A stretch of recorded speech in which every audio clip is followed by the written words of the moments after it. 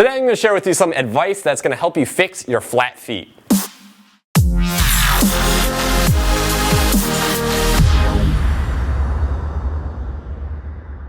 What's going on, everybody? How you doing? It's Blake Bowman here with Guerrillazen Fitness, and in today's video I'm going to be showing you some extra exercises that you can do for your ankles and your foot if you're somebody that has collapsed arches, fallen arches, or flat feet. They're all the same thing. Now, if you haven't seen my other video that I made about flat feet a long time ago, then make sure you do that because it will synergize well with the stuff that I'm talking about in this video. There's a link to that video in the description down beneath this video.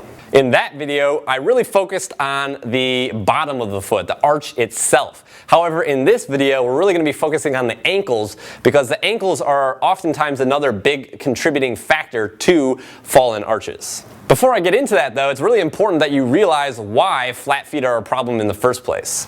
Alright, so flat feet are characterized by your arch here collapsing inwards and flattening, sort of like this motion right here. It's subtle, but this is a non-collapsed arch. This is a healthy looking arch, okay, right here. That is a flat arch right there.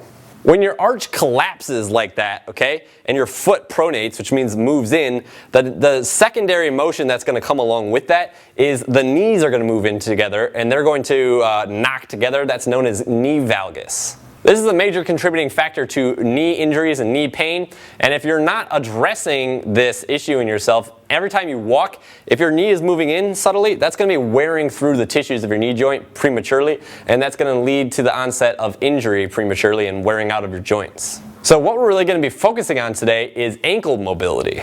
So when your ankle becomes stiff, okay, for whatever reason, because you're sitting all day and you're not moving it around, or you've injured it in the past and it's all tacked down with scar tissue, for whatever reason, if and when your ankle becomes stiff and it starts to lose dorsiflexion, say this is your shin bone, this is your foot, this is dorsiflexion, the ability, the range of motion that your ankle has to pull the toes up towards the shin bone, if you start to lose that, naturally what your feet are going to do is they're going to turn out and then they're going to collapse inwards.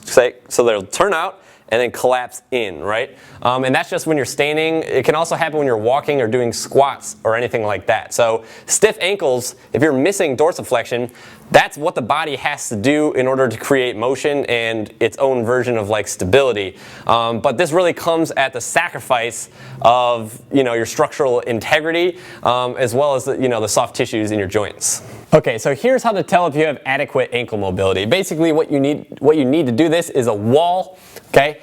And what you want to do is you want to position your toes pointing directly towards the wall. You want to get your fist and make sure that your toes are about 1/5 width away from the wall, okay? From here, leaving your heel planted on the ground, what you're going to do is you're going to see if you can touch your knee to the wall while leaving the foot exactly where it is, while leaving the heel planted exactly where it is. If you stop short, okay, and you can't touch the wall, with your foot being positioned about 1/5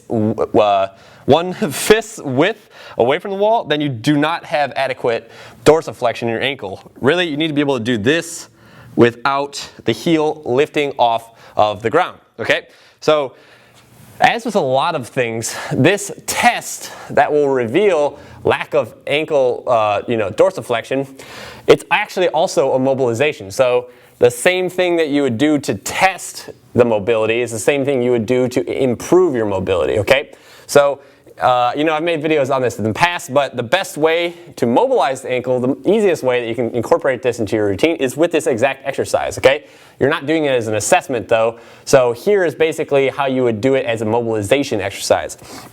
So assuming that you cannot do it with a fist width in between your toes and the wall, start a little bit shorter than that, okay, maybe a 1/2 fist width.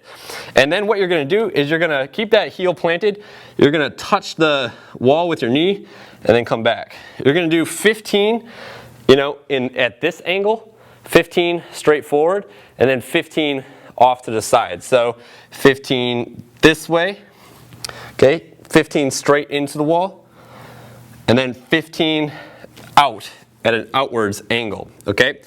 And as you get more and more mobility with this, you gradually want to bring the toes further and further away from the wall that indicates that you're actually making progress with this exercise. Now, if that exercise improved your dorsiflexion, but not enough for you to be able to touch the wall, having about a fist in between your toes in the wall, try foam rolling the calves beforehand, and even doing a static stretch of the calves, and then go back to the wall and retest.